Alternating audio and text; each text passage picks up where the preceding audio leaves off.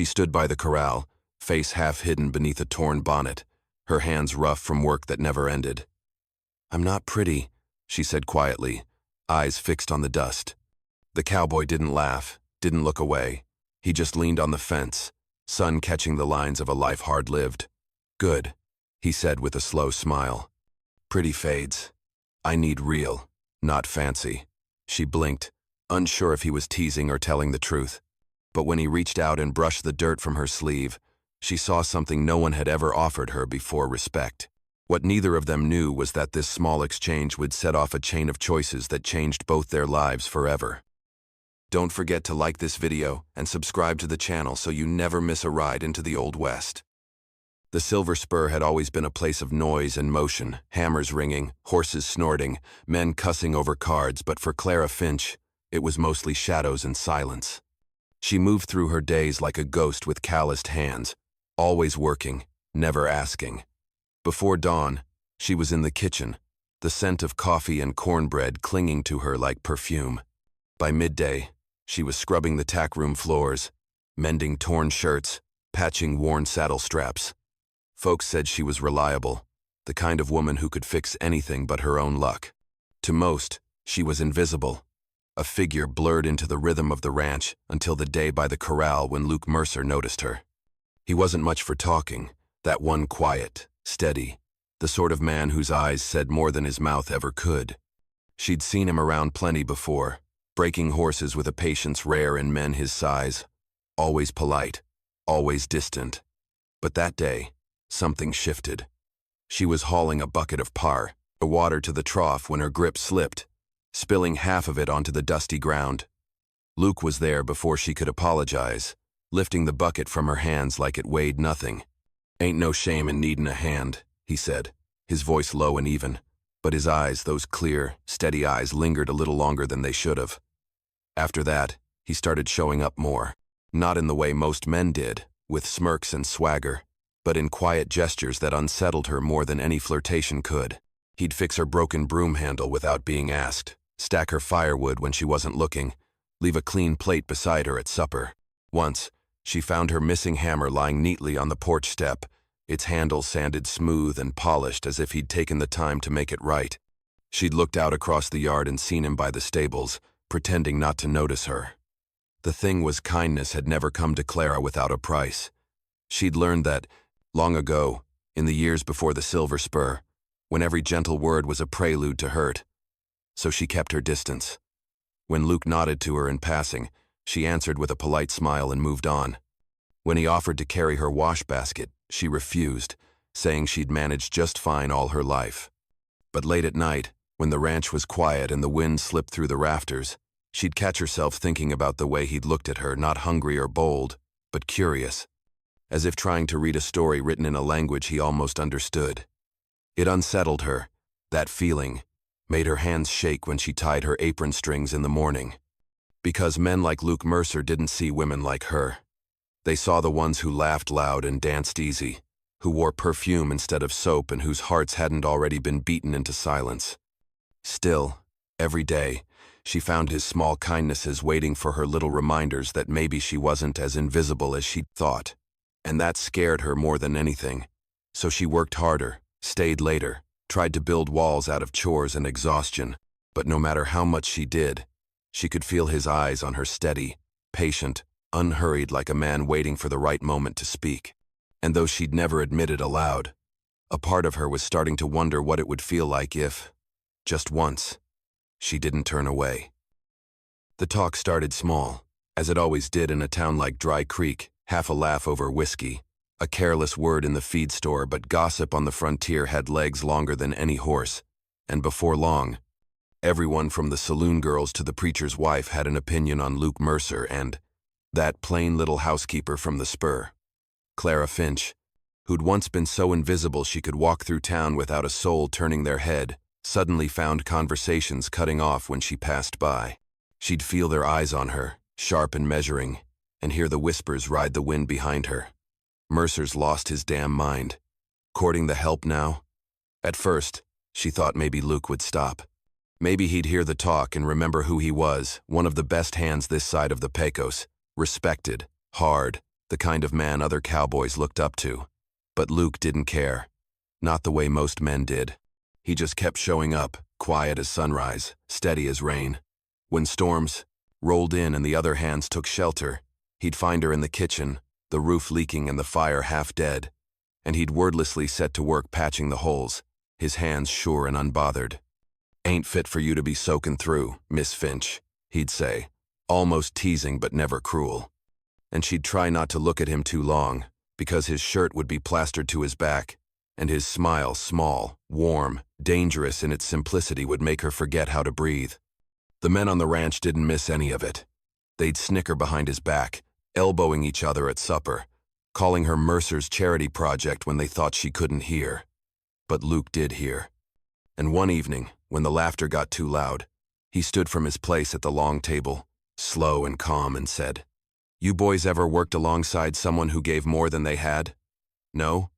Then you keep quiet about what you don't understand." The room fell silent after that. No shouting, no threat, just his voice, low and final. Clara heard about it the next morning, when Tommy the stable boy came by for coffee and told her what happened, grinning like it was the bravest thing he'd ever seen. She didn't know what to say. She just stared down at her hands, at the burn mark near her thumb from a week-old stew pot, and felt something warm stir beneath the ache in her chest. No one had ever stood up for her before. Not like that. She caught sight of Luke later that day, out by the paddock, mending a fence with his sleeves rolled and his hat tipped low. The sky was clear but heavy, that still kind of calm that meant rain was thinking about coming. When he saw her, he paused, one hand resting on the post. "You shouldn't pay no mind to what they say," he told her quietly. "Talk's cheap out here. Work's what counts." "I'm used to talk," she said, trying to keep her voice even. "Been hearing it my whole life." He nodded once. Eyes narrowing against the Sunday. "Yeah, but this time it ain't true." Then he went back to hammering, as if he hadn't just said something that would echo in her head all night long. Later, when the storm did come, rattling the windows and flooding the yard, Clara stayed up to keep the fire alive. At some point past midnight, she noticed a shadow moving outside Luke, trudging through the rain, checking the barn doors, making sure the horses were dry. He didn't know she was watching, didn't do it for thanks. And for the first time in years, she let herself smile. Because the world could whisper all it wanted, Luke Mercer didn't hear them. He only saw her. And that, she realized, was far more dangerous than any storm. The night had settled over the Silver Spur like a worn blanket, heavy and familiar, the air thick with the smell of rain-soaked hay and horses bedded down for the night. The lamps in the bunkhouse were long since dimmed, and even the coyotes had gone quiet, their cries swallowed by the hush that follows a long day's labor. Luke Mercer had been walking his usual rounds, checking the gates and corrals, when he saw her Clara Finch sitting alone on the back steps of the barn, her figure outlined by the weak glow of a lantern resting beside her. She looked smaller somehow, shoulders drawn in, her apron still dusted with flour from the day's baking, her hair unpinned and loose in the wind. In her hands, she held something he couldn't see clearly at first, her fingers trembling slightly as she traced the edges. He stepped closer, slow and careful, the crunch of gravel under his boots breaking the quiet. She didn't startle. Maybe she'd heard him coming, or maybe she was just too lost in her thoughts to care. "You ought to be inside," he said softly, stopping a few feet away. "Night's getting cold." Her eyes flicked up, and for a moment he saw something raw there, grief, unguarded and sharp. Then she looked away again, her voice barely a whisper. "Can't sleep." He nodded once, leaning against the barn post, saying nothing more. The light from the lantern caught the object in her lap, a small, faded photograph, its edges worn soft from years of handling. He tilted his head. "Family?" She hesitated, thumb brushing over the image. "Was." The single word carried more weight than a whole story might have. Luke didn't push, but she kept talking anyway, her voice fragile, like it hadn't been used for honesty in a long time. "That's Thomas," she said, turning the picture slightly so the light touched it. The man in the photo was broad, shouldered, smiling, a little girl perched on his knee. "My husband, and Lila, our daughter." She paused, her throat tightening. "Fever took 'em." Both. Same week. The words came out flat, practiced, as if she'd repeated them too many times to count, trying to make them hurt less and never succeeding. Luke's chest tightened. He'd known loss, knew the way it hollowed a person out until all that was left was what work could fill. "Sorry," he said quietly, and meant it. She shook her head, her lips pressing into a thin line. "I came here after. Didn't much care where. Just needed to keep my hands busy. Figured if I worked hard enough, maybe I'd stop remembering what it felt like to be needed." The wind stirred, carrying the scent of damp earth and horses, and for a moment neither of them spoke. Luke wanted to say something, anything, but he'd never been good with words. He understood her silence better than her pain, though they were one and the same. "Ain't no getting rid of it," he said finally, his voice low. "You can bury it under work, under years, but it don't ever go away. You just learn to carry it without it crushing you." She looked up then, meeting his eyes for the first time, and there was something in that look that went beyond pity or understanding. It was recognition, the kind that only came from shared ghosts. "You lost someone too," she said, not as a question but as a truth she already knew. Luke's jaw tightened, his gaze turning toward the dark horizon. "Yeah," he said after a long pause. "Long time ago." The way he said it told her enough that whoever he'd lost still lived somewhere behind his ribs, quiet but not gone. The lantern flame flickered, the night pressing close again, and for a heartbeat they just sat there in the same silence, the kind that didn't need filling. Finally, Clara folded the photograph, tucking it carefully into her apron pocket. "I should get back," she murmured. Luke nodded, straightening as she rose to leave. As she passed him, her hand brushed his arm barely a touch, accidental maybe, but it stayed with him long after she'd gone inside. He stood there a while longer, staring out over the sleeping fields. The image of her sitting in the lamplight burned into his mind. He'd always thought loneliness was something a man learned to live with. But now, watching the barn light fade, he realized there were some kinds of grief that only softened when someone else carried a piece of it with you. The winter had settled deep over the silver spur, the kind that made breath hang like smoke and turned the earth brittle beneath the hooves of restless horses. Work slowed, tempers flared quicker, and the cough that had been dogging old Mr. Harper, the ranch owner, grew worse until one morning he couldn't get out of bed. The doctor from town said it was lung fever, the kind that didn't take kindly to age. For a while, things on the ranch teetered on the edge of chaos. The men were good with rope and iron, but not with ledgers or supply lists, and before long, meals were running short and accounts went missing. Luke, ever the steady hand, took the reins as best he could. But even he knew when something was beyond his reach. One evening, he found Clara in the kitchen, sleeves rolled, head bent over a stack of worn inventory sheets she'd been straightening for no one in particular. The lantern light caught the curve of her cheek, the loose strand of hair that had escaped her, braid. "You ever done bookkeeping?" he asked, and she looked up, startled, a frown already forming. "Some," she admitted. "Thomas, my husband, handled cattle ledgers. I helped where I could." Luke nodded, thoughtful. "Harper's laid up. Men don't know a ledger from a lunch pail. We need someone with a head for order." She blinked at him, the words taking a moment to sink in. "Me? They'd never." "They'll do what I tell them," he said simply. "And you've earned more trust than most." She hesitated, twisting her apron in her hands. "I'm just the cook, Luke." "You're more in that," he said, his tone leaving no room for doubt. The next morning, when he brought her into the office to sort through the chaos Harper had left behind, the men laughed openly. "Hell, Mercer," one of them called. "What's next? You letting her run the herd too?" Another chimed in. "Careful, or she'll start telling us how to spend our pay." Luke's eyes cut through them like a knife, and the laughter died in their throats. Clara said nothing, just sat at the old wooden desk and began leafing through the papers. For a long while, the only sound was the scratch of her pencil. By supper, she had balanced 2 months of overdue accounts, tracked missing feed barrels, and caught a mistake that would have cost the ranch near $30. When she handed Luke the corrected ledger, he whistled low. "Well, I'll be," he said, grinning. "You run this place better'n most foremen." The words were plain, but to Clara they felt heavier than any praise she'd known in years.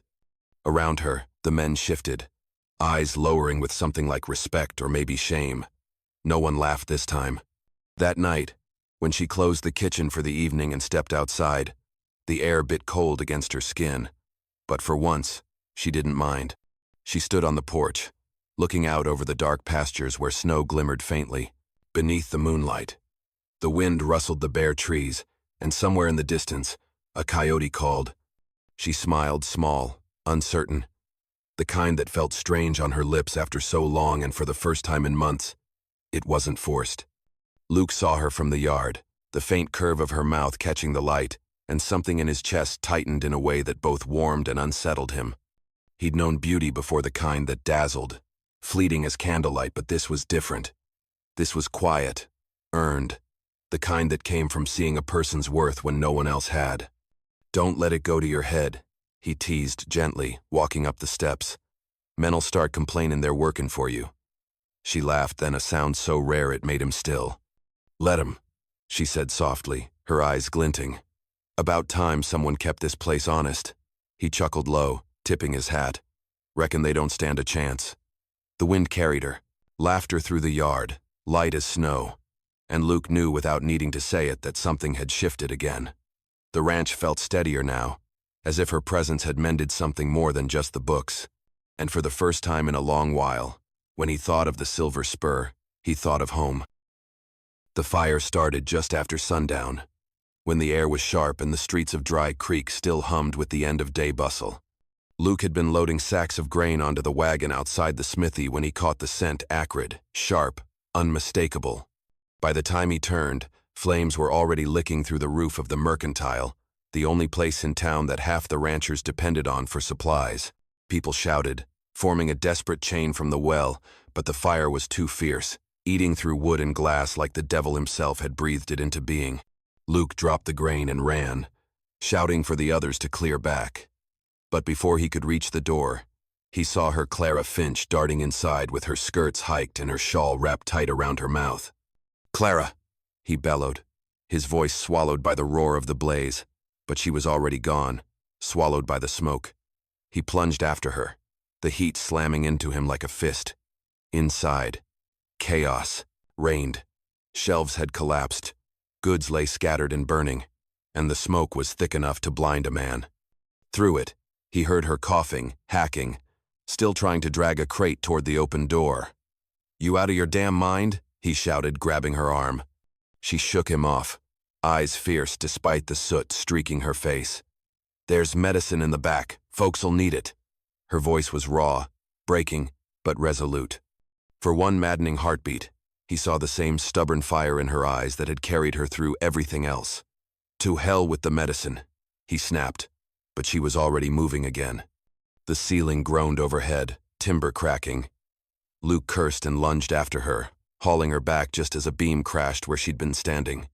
"That's enough," he roared, throwing his arm over her and dragging her toward the fading light of the doorway. The heat was unbearable now, the air thick and choking, but somehow, they made it out stumbling out into the cold night as the building shuddered behind them. He fell to his knees in the dirt, still clutching her. Flames painted the street gold, throwing their shadows long across the ground. Around them, townsfolk formed a bucket line, shouting orders, but all Luke could hear was her ragged breathing. Her hair was singed, her skin streaked black with ash, and her dress torn at the hem. She looked like she'd walked through hell and back, and maybe she had. He cradled her against his chest, heart pounding like a war drum. "Told you I ain't much to look at," she rasped, trying for a smile. Her voice so weak it nearly broke him. For a second, he just stared at her, this woman who'd run into a burning building without a thought for herself, who'd lived through loss and still found it in her heart to save others. Then he pulled her close, his voice rough and unsteady. "Reckon I've never seen anything braver." Her eyes fluttered shut, her head resting against his shoulder as he held her tighter, shielding her from the sparks that still drifted down like fiery snow. Someone brought water, someone else called for the doctor. Luke barely noticed. The world had narrowed to her heartbeat against his chest, faint but steady, and the way his own seemed to fall in rhythm with it. The fire burned itself out by dawn, leaving nothing but smoke and ruin in the heart of town. But when Clara woke hours later, her hand wrapped in his, she found him sitting beside her bed in the doctor's office, eyes rimmed red from exhaustion. "You stayed," she murmured. He looked down at her, something soft flickering behind his weariness. "Wasn't gonna let you do all the savin'." She smiled faintly, her voice barely more than a breath. "Guess I'll have to be more careful next time." He shook his head, brushing a soot-smudged strand of hair from her cheek. "Don't reckon there's anyone like you, Clara Finch," he said quietly. Outside, the first light of morning broke through the smoke, touching the town with gold. The mercantile could be rebuilt. The goods could be replaced. But for Luke Mercer, watching her breathe steady again, he knew something else had caught fire that night, and it wasn't going to burn out easy. The Silver Spur had seen its share of storms, floods, droughts, wild cattle tearing through fences, but nothing stirred up more trouble than pride. Ever since Clara's bravery in the fire, folks around Dry Creek spoke her name with something close to admiration, though some still choked on it. The men at the ranch no longer muttered behind her back, and even the foreman tipped his hat when she passed. But for every ounce of respect she'd earned, there was envy brewing in quiet corners. It came to a head when Evelyn Harper rode in from the city, Mr. Harper's niece, all lace gloves and perfume, the kind of woman who thought dirt was something other people were born into.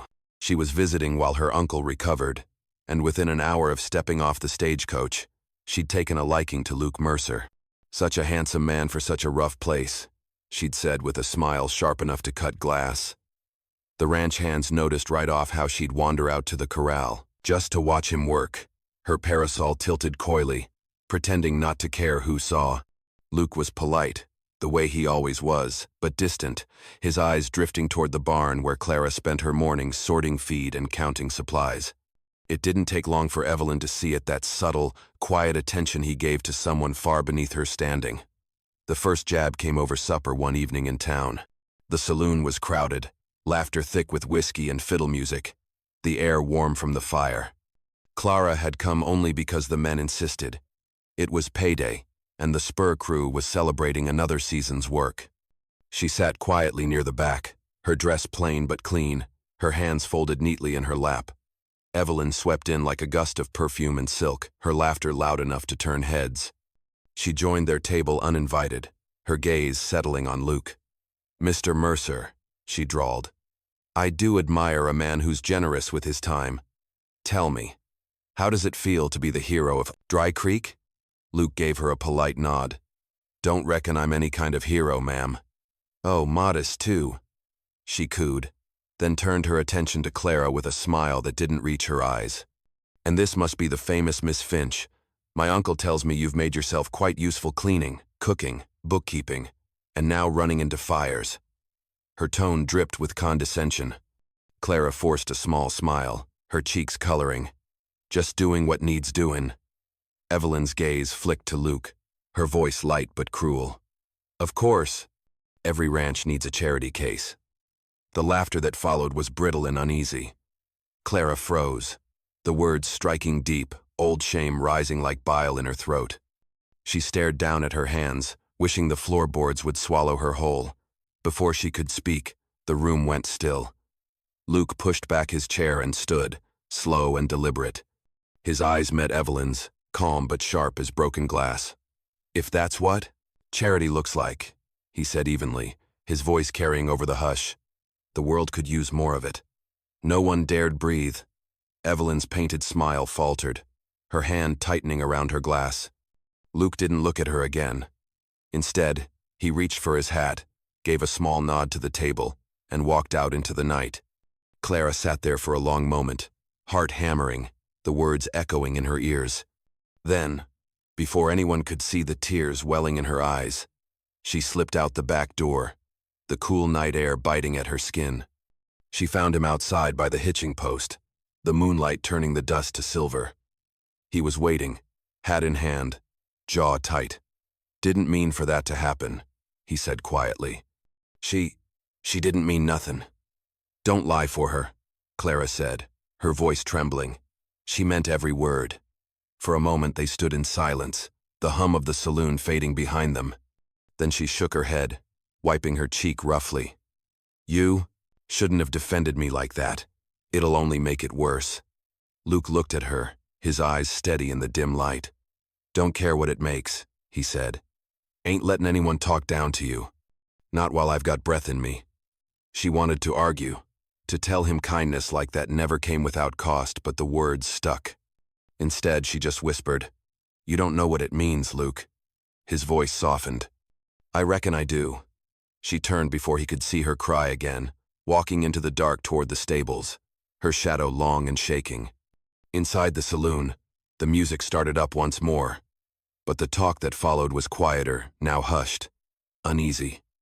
Luke Mercer had made his choice clear, and for the first time in Dry Creek's memory, the town's gossip turned to something new, that maybe, just maybe, the plain woman from the Silver Spur wasn't invisible after all.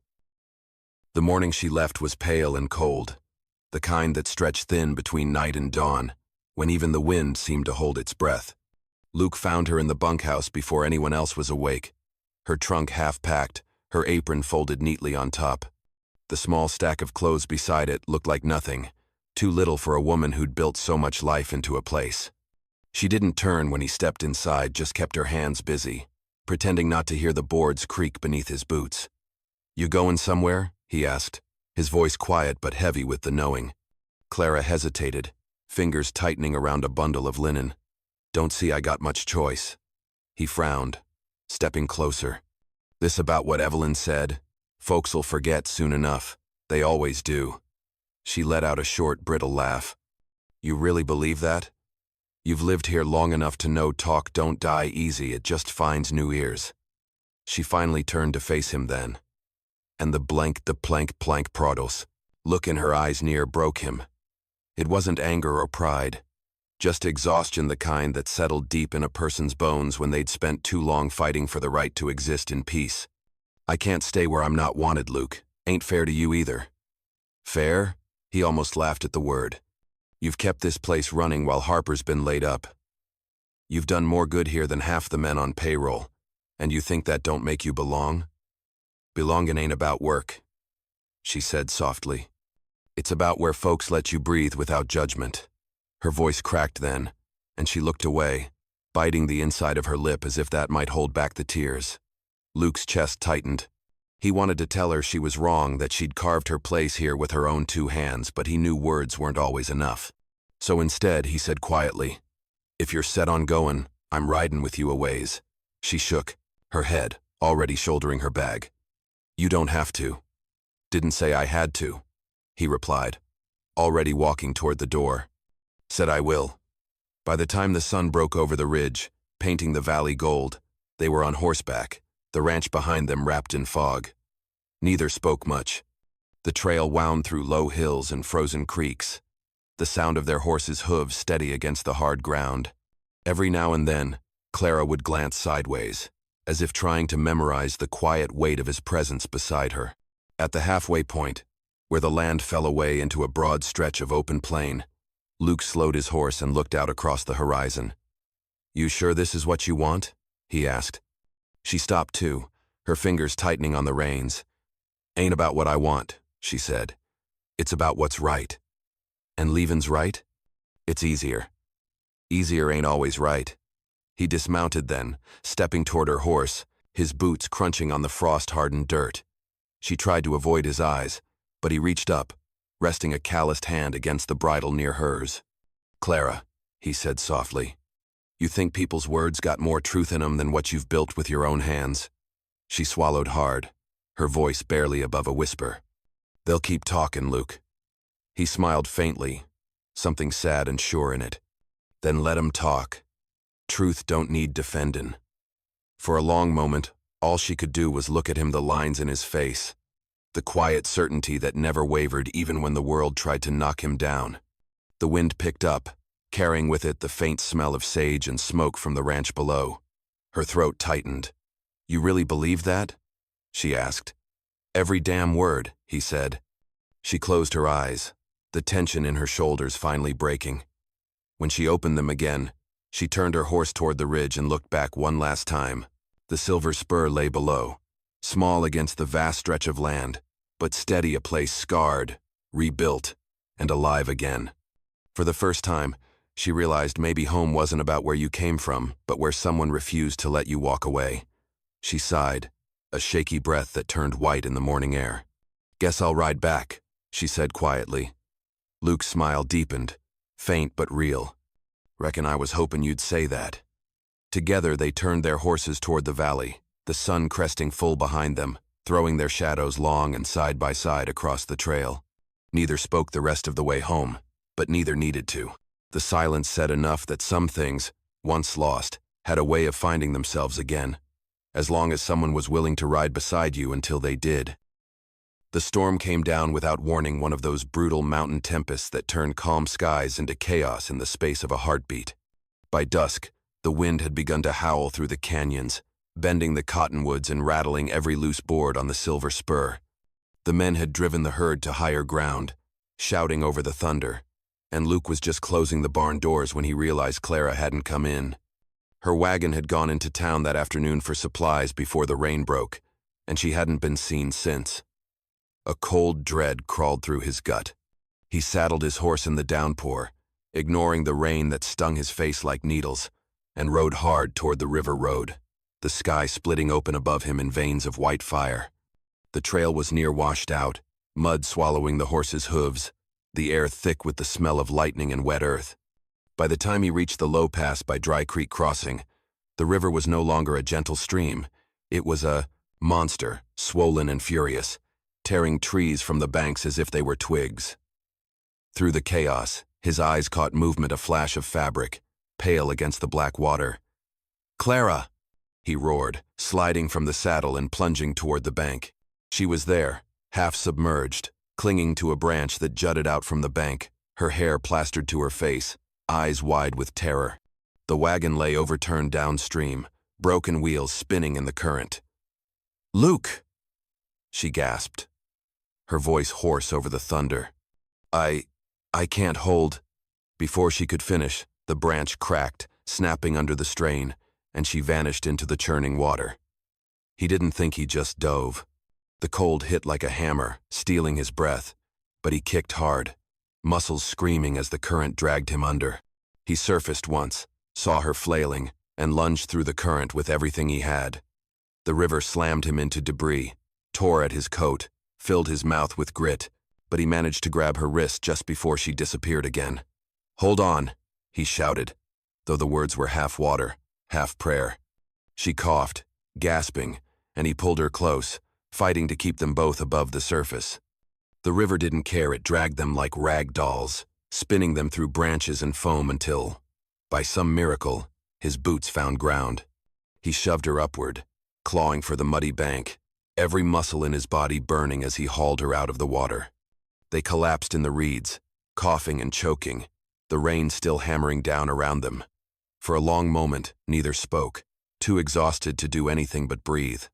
Her hair clung to her face, her dress torn, her hands shaking so violently she couldn't wipe the mud from her eyes. He turned toward her, his chest heaving, his voice raw from shouting. "You all right?" She nodded weakly. The word caught somewhere between a sob and a breath. He leaned back, staring up at the lightning, flashing through the clouds, laughter breaking through his gasps, wild and disbelieving. "You near gave me a heart attack," he said, half chuckling, half coughing.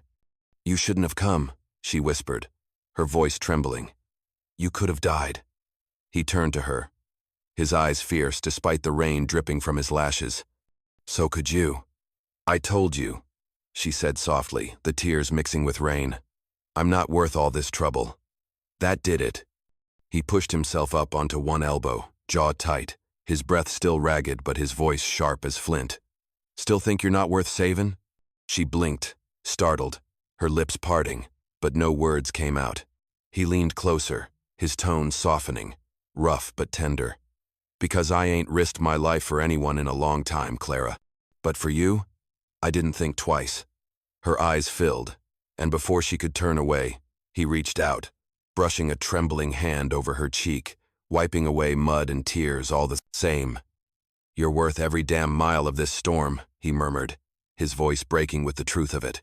For a heartbeat, the only sound was the river still raging behind them. and the rain that refused to stop. She leaned into his hand then, her forehead against his shoulder, both of them shaking cold, alive, and bound by something neither of them dared name yet. When the thunder finally rolled farther off and the wind began to ease, Luke gathered her in his arms, standing with a groan. "Come on," he said quietly. "Let's get you home." She didn't argue this time. She just held on, her face pressed against his chest, her fingers clutching his soaked shirt. As they stumbled back toward the distant glow of the ranch lights through the rain, the night closed around them like a secret kept between two souls who'd both been lost too long and finally found someone who refused to let them drown.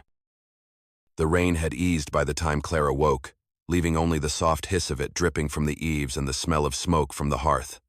The room was dim, firelight flickering against the rough-hewn walls of Luke's cabin, where someone, him, she guessed had dragged her after the storm. Her head ached, her skin burned from the river's cold, but she was alive. Beneath the heavy quilt, her body trembled as warmth slowly crept back into her limbs. For a moment, she lay still, watching the light dance across the ceiling, trying to piece together how close it had been, how the world had narrowed to water and fear and the sound of his voice cutting through both. Then she turned her head and saw him. Luke Mercer, slumped in a chair beside the bed, his hat on the floor and his coat drying by the fire, his shoulders still wet, hair plastered in dark curls against his forehead. He looked exhausted, pale from cold, a bruise darkening along his temple, but his eyes were open, fixed on her with the same steady calm she'd come to know so well. "You're awake," he said softly, his voice low, roughened by fatigue. She tried to smile, but her throat tightened. "You could have died," she murmured, her words barely more than a whisper. His mouth twitched, something like a weary smile flickering through. "So could you. You shouldn't have come after me. Wouldn't have mattered if I shouldn't," he said simply. "I'd have done it anyway." The honesty in his voice hit her harder than the cold ever had. She stared at him, her fingers curling into the edge of the blanket as her heart began to hammer in her chest. "Why?" she asked, though she already knew the answer. He leaned forward, resting his forearms on his knees, eyes fixed on the fire. "Because when I saw that wagon go under, and you with it, the world got awful small," he said quietly. "Didn't think about reason, didn't think about nothing but getting to you." The silence that followed was thick, broken only by the pop of a log collapsing in the fire. Clara turned her gaze toward the flames, blinking hard, her throat tightening with words she'd kept buried for too long. "You don't have to pity me, Luke," she said finally. "I've lived without anyone needing me a long time. Don't start now." His head came up at that, his eyes meeting hers sharp, clear, and unyielding. "You think that's what this is? Pity?" He shook his head slowly. "Clara, I've seen pity. I've felt it. This ain't that." She looked at him for a long time, searching his face for any sign of the charity or guilt she'd come to expect from men who thought kindness was a favor. But there was none of it. What she found instead was something steadier, deeper truth laid bare in the quiet between them. "Then what is it?" she asked, her voice trembling despite herself. He didn't answer right away, just watched her as if the right words were buried somewhere between them. Finally, he said, "It's seeing you the way you really are. Strong, stubborn as hell, braver than any man I've ever known." The words struck something inside her she didn't realize had been waiting to break. She turned away, biting her lip, but the tears still came, quiet and uncontrollable. He stood then, slow and careful, moving to kneel beside the bed. His hand brushed hers, tentative at first, then certain when she didn't pull away. "You're alive, Clara," he said, voice soft but steady. "That's all that matters to me." She looked down at their hands, his rough, scarred, still trembling from the cold, wrapped around hers like an anchor, and something in her chest eased for the first time in years. She wanted to tell him she'd spent so long running from loss she'd forgotten what it felt like to be found, but the words wouldn't come. So she just whispered, "I don't know what to do with that." He smiled faintly, thumb brushing her knuckles. "Ain't nothing you need to do. Just rest." For the first time since the flood, the world felt still. The fire crackled, the rain whispered on the roof, and outside, the land breathed again, washed clean, renewed. As sleep pulled at her eyes, She glanced at him one last time. He was still there, still watching, his presence a steady weight in the dark. And though no promises were spoken, she knew then that the truth between them was something solid, unbreakable, a quiet vow forged in water, fire, and everything they'd both lost along the way. The weeks that followed the flood felt like the turning of a long, hard season, one of those rare times when the land itself seemed to breathe again after nearly drowning. The valley greened faster than anyone could remember, the river settling back into its gentle song as if nothing had ever happened. Fences were mended, roofs patched, and the Silver Spur began to hum with new life. Clara was everywhere at once, tallying supplies, tending the sick colt that had pulled through against odds, baking bread that filled the air with warmth even on the coldest mornings. She moved through the days with a quiet confidence that hadn't been there before, her step surer, her laughter less guarded. The men had stopped calling her Miss Finch altogether. Now it was Clara, said with respect and something like fondness, and even old Harper, still weak but recovering, would say from his chair on the porch, "Don't know what we'd do without her." Luke would just smile at that, hat tipped low, never saying what everyone already knew, that the ranch ran smoother not because of his steady hand, but because she'd given it heart again. Every evening, when the work was done and the last streaks of sunlight bled gold across the plains, they'd find themselves side by side on the porch, watching the world fall quiet. There was an ease between them now, the kind that only came after near loss and shared silence. She'd catch him watching the horizon with that thoughtful squint of his, a faint smile tugging at the corner of his mouth, and sometimes he'd glance over as if checking to make sure she was really there. On one such evening, when the air smelled of rain and wild grass and the light turned everything soft, Clara leaned against the railing, her hands wrapped around a mug of coffee gone cold. The sky was a watercolor of crimson and amber, fading into blue shadows over the hills. "You could have had better," she said quietly, breaking the stillness. Her voice held no self-pity, just the plain truth of a woman who'd seen enough of life to know her worth didn't fit most men's notions of beauty. Luke didn't answer right away. He just stood there, thumb hooked through his belt, watching the sun slip behind the horizon. Finally, he smiled, slow and sure, and tipped his hat back. "Better's just another word for pretend," he said. "I'll take real, every time." The words hit her like warmth spreading through her chest, simple but enough to undo every wall she'd ever built. She turned to look at him fully, then the man who'd seen her at her lowest, who'd stood by her when others whispered and walked away. The scars on his hands, the lines on his face, the quiet steadiness in his eyes, there was nothing fancy about him, and that was exactly why her heart trusted him. She set the mug aside, her hand trembling just slightly as she reached for his. He met her halfway, his calloused fingers closing around hers with a gentleness that didn't match the roughness of his skin.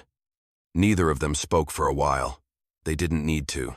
The world around them was still, the wind soft, the crickets beginning to sing, the fading glow of the day painting their faces in gold. Somewhere in the distance, the cattle lowed, the sound carrying across the open plains like an old hymn. Clara squeezed his hand once, grounding herself in the reality of it all, the porch beneath her feet, the smell of dust and sage, the man beside her who made all of it feel like something close to peace. For the first time in years, she didn't feel like she was waiting to leave or bracing to lose. She just felt home. Luke gave her hand a small, knowing squeeze in return, his thumb brushing over her knuckles as he said, half smiling, "Never figured life'd end up like this." She smiled back, eyes glinting in the last light. "Neither did I." The sun slipped completely below the ridge then, leaving behind only the glow of the embers in the western sky, and as the first stars blinked awake above them, Clara Finch realized she didn't need a fancy dress or a rich man's promise to know where she belonged. She belonged here in the quiet, in the dust, in the steady hand that had never once let her fall. And for Luke Mercer, who'd spent half his life drifting through places that never felt like home, one look at her was enough to know he'd found his.